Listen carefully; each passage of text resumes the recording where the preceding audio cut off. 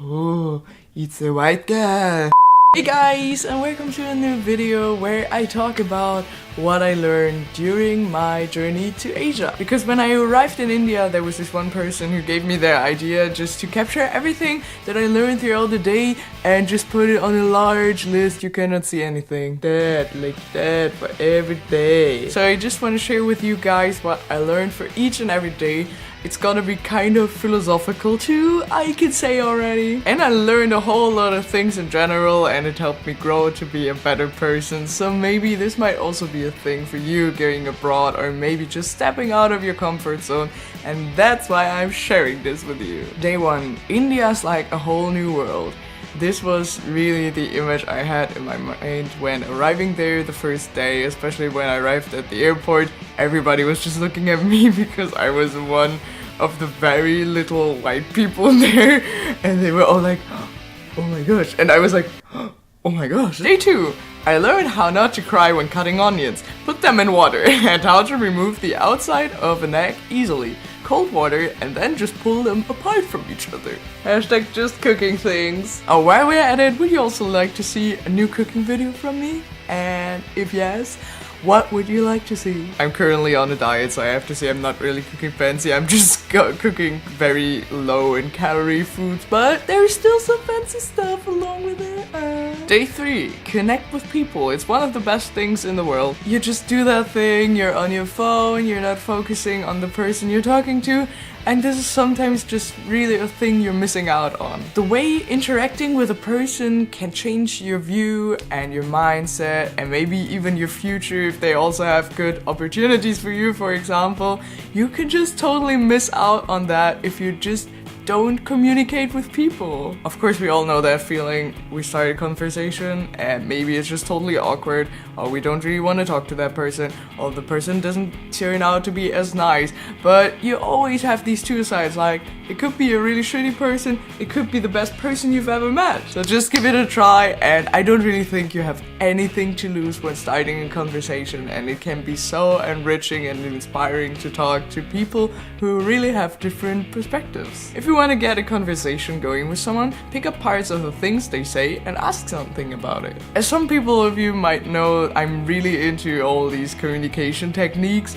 I love it so much to learn about new stuff like that, because I just want to be a dominant part of a conversation and not just talk with a person, because I tend to analyze a lot of things, and that's why I love techniques like that, because I could just lead a conversation in a certain direction. Sometimes you have a conversation that is really dry and you're like, I don't know what to talk about it. But if you just pick up parts of the thing that your partner said, this is a good way to keep the conversation going. Day 4. I learned how Indians dance, that there's also sparkling water in India, and that Indians, and especially children, are so selfie addicted, and women are still discriminated against. They dance so well because it's so normal in their society that they dance all the time, and I just love it, because this is what is missing most of the time in Germany, because we are also serious and dancing. No, I don't dance. And there it's just like, I don't give a shit.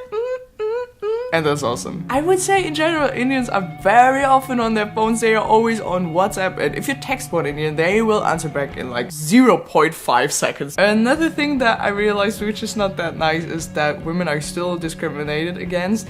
They shouldn't cook when they have their period and should not sleep in their beds, which was the case for women telling me that they did this in their families, but not at the hostel we were staying, because we were at a girls' hostel. So of course it's different there. But I thought it was kind of extreme that these people still do that in villages, and that is just normal. Like, they don't sleep in their beds. Like, what the fuck, where are they supposed to sleep then? Day 5. Masala dosa with coconut chutney and Punjabi music is awesome. It's very obvious when Indians are hitting on you.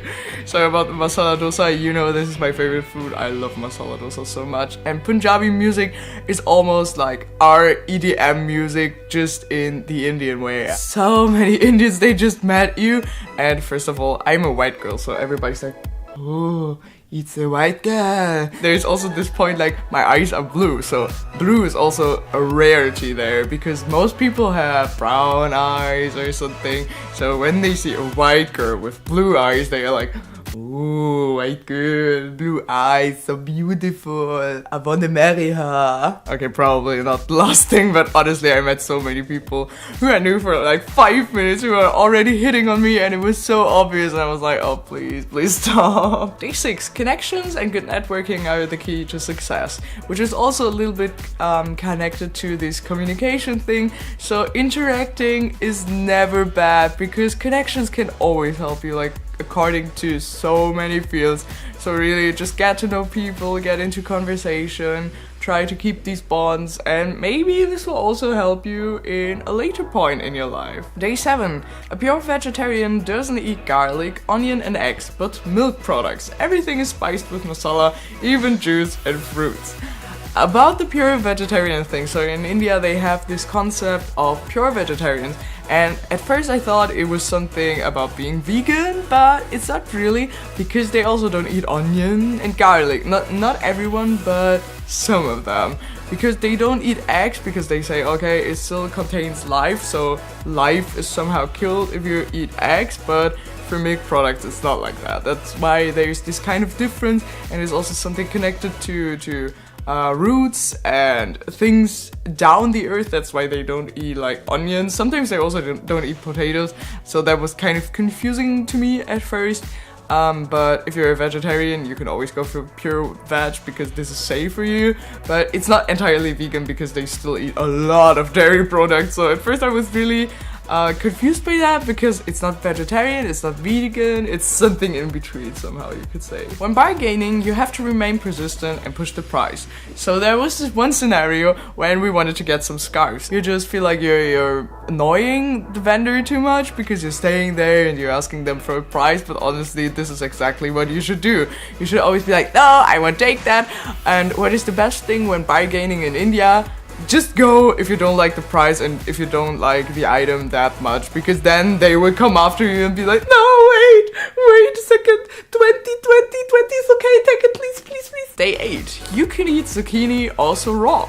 Didn't know about that. Day 9. Cultural discourse and going abroad can change your perception and can let you question things you always thought were right. So this is also because I heard a story of a girl who is from Egypt and is normally wearing hijab because she's a Muslim. But when she came to India, she didn't feel the need to wear hijab anymore. So before it was always this kind of cultural pressure, but it just changed her perception. I think that's really powerful somehow. At birthday and house parties, everyone is dancing in India, so you don't even have to tell them to do so. Because normally if I go to house parties, I'm always like, shall we start dancing? And Germans be like, yeah, maybe later. So most of our house parties are just like, we are sitting, we are drinking alcohol, we are playing some games maybe, like drinking games, and that's it. But nobody's dancing. And there, I didn't even have to tell people to dance. They were just dancing because they wanted to, and I love that. And every time I'm at a boring ass house party, I'm always like, oh, I want to be in India again. Day 10. It's so common for Indians to have themselves as the home screen on their phone. This was true for so many people. I think I saw like 5 to 8 people who had themselves on their phone screen. I also used to have myself as my phone screen. But if you tell someone about that here in Germany, that it's so egoist and it's arrogant and people would never do that, but I used to do that back in my school days a lot.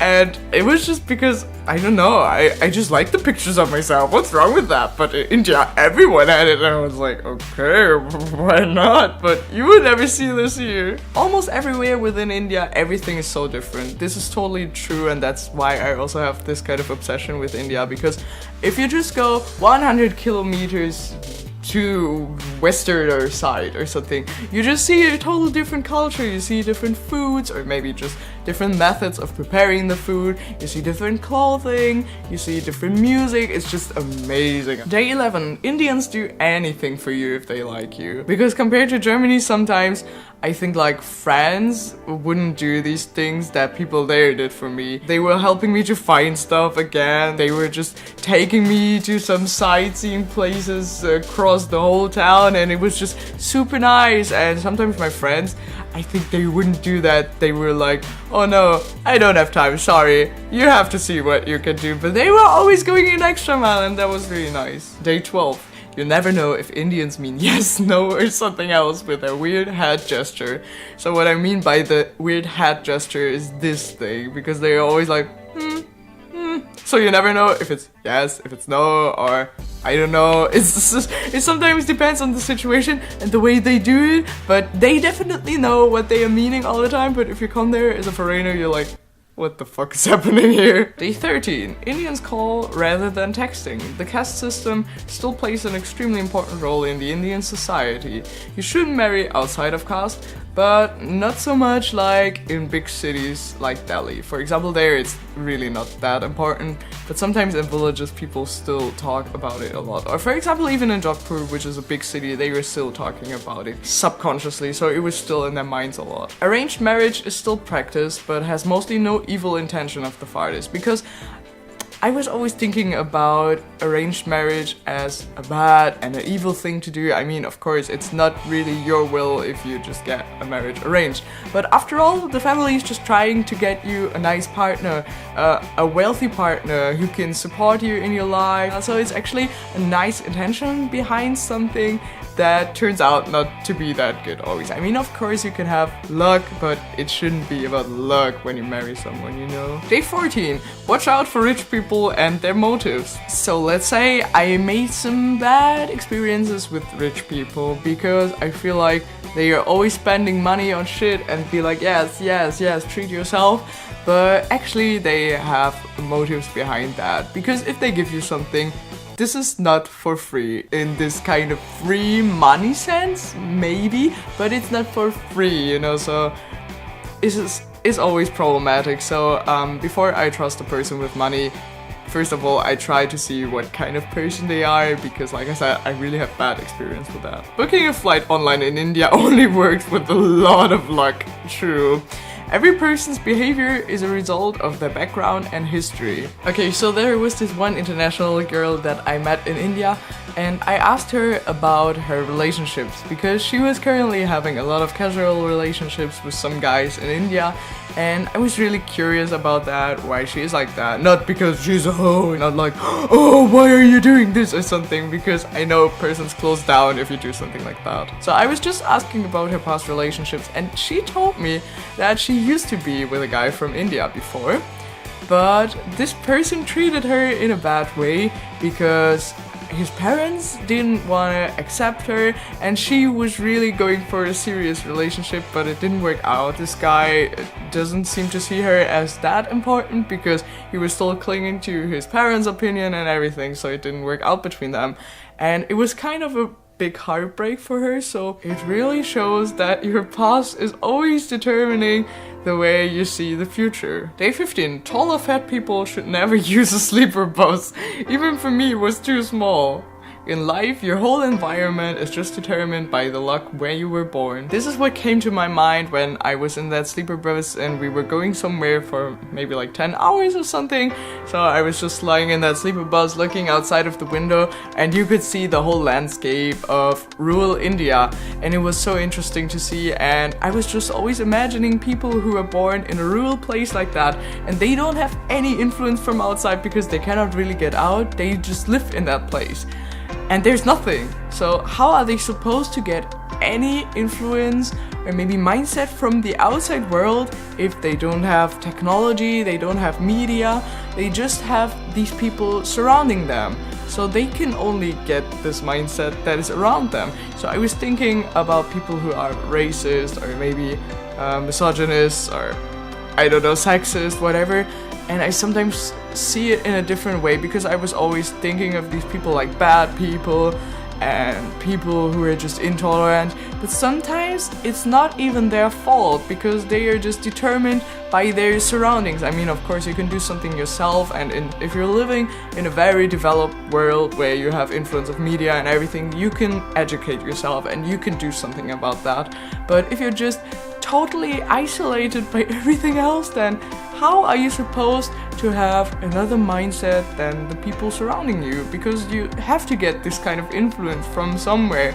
And it's very unlikely that you are exactly the person who has the total different perspective than all the others living surrounding you. At first I was always blaming people for being racist, for being stupid, for being this, for being that, but sometimes it is not only their fault, it's just like a result of everything else they are surrounded by. So first of all, it's always a good way to just see and look at the outside and not just look at that person and be like, oh, it's always the person's fault, because sometimes this is also a good approach to change something if you look at the outside parts, because you're not only influenced by your own behavior, but of course by all the surroundings. Day 16. Even wealthy vegetarian Indians have a malnutrition. Like, honestly, they only eat carbs. They eat rice, they eat potatoes, they eat noodles, they eat bread with noodles. And I was like, what the fuck? Because they don't eat beans, they don't get their protein. I just don't get it sometimes. India is such a gay country. Guys holding hands and hugging everywhere. I talked to people about that because there were so many people running around holding hands like that. Like guys, two guys, and you would never see that in Germany, because if they would pass the street, someone would call them like gay or something. I mean, it's not as bad as it used to be, but it is really seen like that. And in India, it's just very normal. It's more like this friendship way, and some person also told me that they don't consider it as gay because it is just part of their normal development somehow, that they also have this erotic play, and that is kind of a normal thing, and they don't see it as gay. Only if you really want to marry, for example, as a guy, that is considered as gay and very, very bad, because it's not really in the society yet. I would say this kind of girls kissing girls at parties and everything, this is also considered as very normalized, and I think it's pretty much comparable to guys holding hands in India. Day 17. Monkeys slap like humans. Oh my gosh. That monkey was so evil. He was slapping me like, Indians don't really have such a thing as car insurance and don't really care about it. Because there one time we were going with BlaBlaCar, we were somehow involved in a car accident. So one car just drove onto us, and our driver, he was not giving a shit. We just stopped at some place nearby, and he was like, oh, doesn't look that bad. And that was it. Because the car hit us, and everyone was just driving onwards. They were like, okay, that's it, let's go on. When people leave, then you should be thankful for the times you had with them and just let them go. In that BlaBlaCar tour, it was so inspiring because we were talking about philosophy and Indian gods, for example, and also about this kind of feeling when a person leaves, or when a person just doesn't want to be with you anymore. When a person stays, you can even be more thankful for that, but if a person goes, that's just the normal way of life sometimes. And this is just such a good attitude to really accept things and don't get oppressed about certain stuff. Day 18. The national hymn plays before every movie in the cinemas. Day 19. It can rain in India, also during summertime, which was exactly on the day we went rafting. Perfect timing. This was, by the way, the only day it rained in India. Exactly when we went rafting. McDonald's and Subway have a way better product palette than in Germany. I mean, from my perspective, because they have a lot of vegetarian food, especially Subway. So you know these preparation tables they have for Subway where they put everything on the baguette? So, in India, they have a separate one for meat and a separate one for vegetarians, and it's amazing because they have such a large amount of choice. I love it so much, like chickpea patty or something, and I was always asking myself, oh, why don't they offer something like that? But they do, just in other countries. Oh my gosh. Day 20. Cook Momo. Indian train doors are always open, like literally always. You can just jump out every time if you want to kill yourself or something. It's really weird because you're just passing passing to go to the toilet, for example, and then you see this open train door, like, okay, I don't want to fall out. Okay, this is kind of a sneaky one. When you sleep in the same bed as a person you're attracted to, it's easy to approach that person. And I put approach in brackets, like, approach. But honestly, real talk, it's so true. It's so true, especially when a person is also into you, you directly realize, because once you start cuddling, then it's like, Day 21. You can really find wood for your fireplace in the desert. In the desert. I thought there would only be desert, but apparently there's also wood for a fire. Day 22. Your culture and your origin really influences you as a person and in your behavior, although you can sometimes only realize it in details. It doesn't mean that every cliche applies to you, but I would say that a lot of your behavior is definitely influenced by your culture too. Day 23. When you really want to do something, then you should just talk to people about it, even though you think they won't understand. This is really a thing I learned, because sometimes you're just afraid to talk to persons about something that you want to do or want to have. Especially when you have a passion and can convince people of it, then you will see some results that you were not really expecting to see. Sometimes talking and communication can be the best method to really get what you want, because people cannot guess what you want to have if you don't talk about it. Day 24. Indian supermarkets are completely empty at 8 a.m. Like, honestly, I was the only person there. Day 25. Shisha, hookah is really not my thing. So I tried smoking shisha for the first time there, but I didn't like it at all. It gave me a headache. I don't know why people are so much into smoking, really, I don't get it. Day 26, what I already said. Indians often combine carbs with more carbs. Rice with chapati, which is a kind of bread. Potatoes in dosa, which is also like some doughy kind of crab. Pasta sandwich.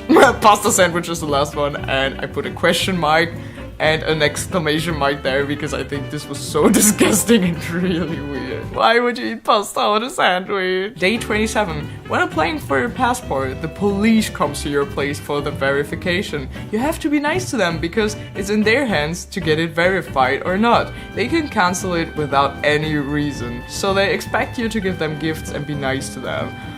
Oh my gosh, I heard that and I was so perplexed about it, because this would never happen in Germany, but it's also so corrupt. Like, they just come to your place like, hello, just imagine a policeman coming into your place like, hey, can you serve me tea? It's really weird. Sometimes you don't realize how much you will miss a person until you have to say goodbye or have to leave them. As a teacher, it is inevitable to have favorites, although you don't plan or intend to have them. Students who understand and show interest are automatically very precious to you. Like, you know, I was teaching English in India, and when I left, when I had to go from my internship, I was crying, honestly, and I never thought I would. It was just a few tears, but still, I was never imagining that, because I don't even like kids that much.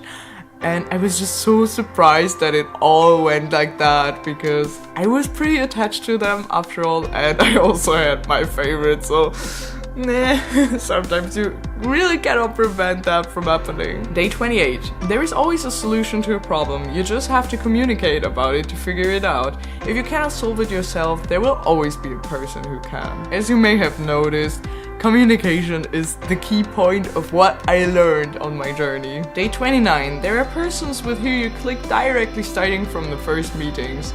Sometimes the best things just happen completely unexpected. Like I said, you have these two types of people. Sometimes you just meet a person and it feels so awkward and you just have to really concentrate to find something for your conversation, and sometimes you meet people where you directly click like, you smile at them, they smile back, and it's like, oh yes, it's a lot of fun to talk to them. I wouldn't say that your first impression is always right, but it definitely gives you a good feeling if you would be able to be with that person and like that person as a friend or something more, for example. Lip biting when kissing is an easy way to go and get lips like Megan Fox. No, I'm not gonna comment on that one. Just don't drink when going by bus. You never want to go to a toilet that is outside of the bus in India, because oh my gosh, this was the worst feeling ever. I already told that story, but I was so afraid when I was going to the toilet, and I was just really in the fear that the bus would just leave me in that nowhere. Day 31, sometimes you can only trust yourself, so don't be too dependent on other people. Day 32, which is also when I arrived in Malaysia, couchsurfing meetings are the best opportunity to get to know the locals. The landscape of Malaysia is so beautiful, and in between there is skyscrapers. It's a super modern place with even better metro stations than in Germany. You can find all kinds of foods there. I was really not expecting that at all, because I thought it would be a place like India where everything is still sometimes kind of rural, but it is really modern and super futuristic. Like, oh my god, the trains, I love the trains. Day 33, you can get close to a person in such a short time if you directly click. Asians tend to be totally emotionally involved right away. In Malaysia, people also don't really kiss in public. Some places even have signs saying no kissing, in Hindu temples for example. So Asians are so westernized that even I knew better how to eat with chopsticks. Yeah, talking about my Asian boyfriend who is not able to eat with chopsticks. Day 34.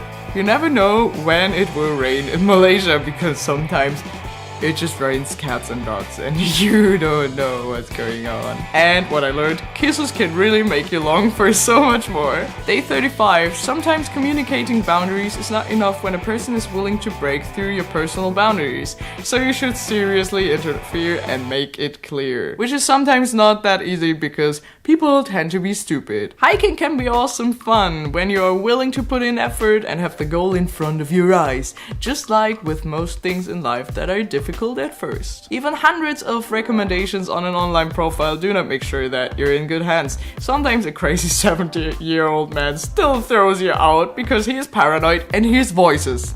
This is what happened to me. Day 36. If you really want something, then you will find a way to make it possible, or at least find another option. Don't trust everybody. Persons first have to earn your trust, because sometimes I tend to trust people too early. And this is what also was not the best basis for me going to Malaysia, because the persons I was going to Malaysia with ditched me directly at first, so yeah, that was not really a good idea. Now there comes a really cute one. Sometimes you don't even need words to build a strong connection. Sense of secureness, a wonderful smile, and trustworthy eyes can totally make you fall for another person. Having a person really physically own you when feelings are involved is the best thing ever. Extreme situations can make two persons bond even more. If you stick together and always have hope, then you will get everything solved. Even when being completely broke on the road back home to the night market and hotel. Malaysia also has second-hand stores. Not having everything planned out and not thinking everything through sometimes creates that kind of spontaneity and magic that you want in your life. Day 37. The most wonderful thing about a person is to always be helpful, friendly and kind. Just spreading positive energy even to strangers. When you send out positive vibes, you will receive the same. Being broke makes you real creative. You can, for example, try to cheat a taxi driver by giving him less money, unnoticeable. When you're happy and have a nice person to share your food with, then you're not that greedy anymore and saturated with less. About myself. I still cannot believe that I got saturated by half a pizza. I always eat one entire pizza. Open attractions are mostly way more worth it than paid ones because these are often overpriced and don't have so much to offer. Getting lost can be a good opportunity to discover things you've normally never seen before. And durian tastes creamy, a little like coconut milk and very delicious. Day 38. As long as you have the opportunity to do so, you should always say what's on your mind, because you never know when you will have the next opportunity to do that. Goodbyes can hurt so much. So these were the things I learned in Malaysia. I know they got a lot cuter than all the stuff before, but now back to my 2 remaining days in India. So, Day 39. White privilege is insane in India. You even get the chance to sit in a cricket game's VIP lounge and hand gifts to the winners. This is what I did, but I already told you in my vlog. Oh my god, I cannot get over that. Day 40. Sometimes just a little planning ahead can be useful. You need to find the right balance between spontaneity and organization. There are nice people everywhere. And my conclusion to everything: be the change you want to see in the world. So that was a lot. I learned a lot there, especially a lot about communication, a lot about romance, a lot about perspective, and it really helped me to develop myself even more. So I hope this was interesting for you, although it was a really long video. And I hope you check out my social media channel and my recent videos and everything, and I would love to hear what you think of that video. So I will see you in the next one. Bye bye!